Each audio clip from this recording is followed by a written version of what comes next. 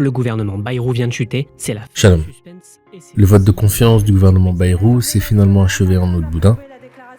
Ce mouvement étant d'ailleurs attendu puisque François Bayrou ayant sécurisé ses 6 mois d'activité à la primature qui lui assure des indemnités confortables à vie et accumulées avec l'ensemble de ses émoluments, Il prend la sortie ce lundi. cet homme ayant été un spécialiste du cumul des mandats. Nécessaire à l'Assemblée nationale. Entre-temps, la dette souveraine de la France explose, 15 heures, la croissance n'est pas au rendez-vous, la démographie est à l'arrêt et ce pays s'enfonce de plus en plus sous le rapport du jugement à cause de l'ensemble de son œuvre, de son histoire coloniale et du néocolonialisme qui continue dans la zone CFA.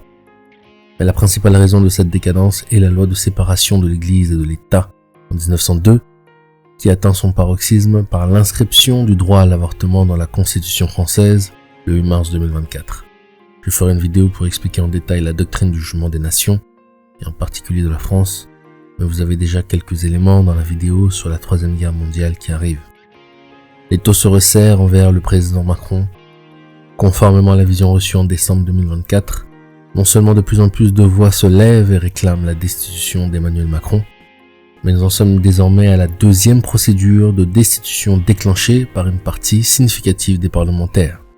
Bonjour à toutes et à tous. Le gouvernement de François Bayrou est tombé hier. Emmanuel Macron doit maintenant suivre puisque c'est aujourd'hui le responsable à la fois de l'instabilité du pays, le responsable du non-respect du suffrage des Français et des Françaises et celui qui a fait un coup de force contre leur vote en juin et en juillet dernier. Je le rappelle parce que c'est non seulement historique, pour la première fois un gouvernement est tombé avec un vote de confiance dans toute l'histoire de la Ve République, mais c'est surtout la première fois dans toute l'histoire de la Ve République qu'un gouvernement et son budget sont battus avec une aussi large majorité de députés, c'est-à-dire 2/3 des députés qui refusent la politique qui est menée.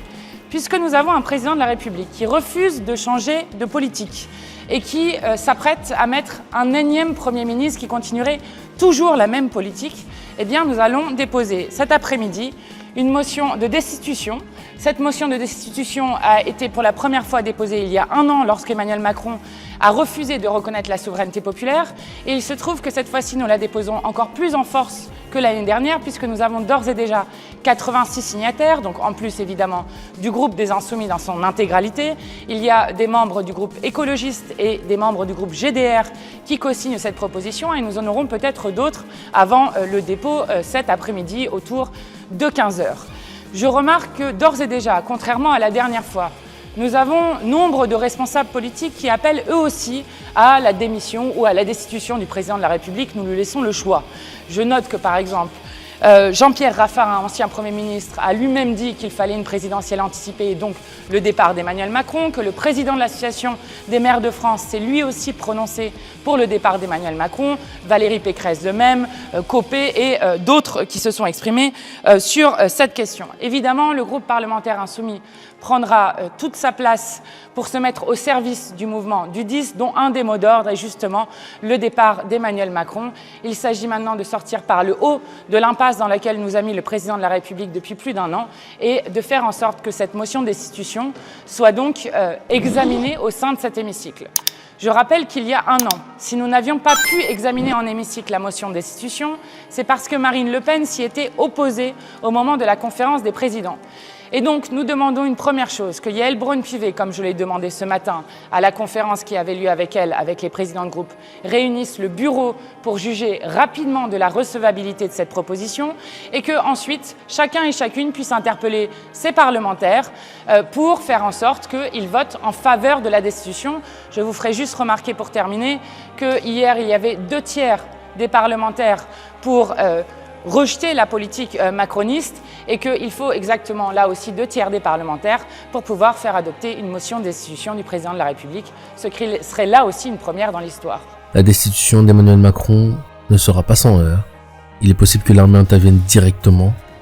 Les obligations d'État de la France seront immédiatement attaquées sur les marchés financiers, ce qui engendrera une forte dégradation de la note de sa dette souveraine et par voie de conséquence des coûts budgétaires drastiques comme il n'y en a jamais eu dans le pays.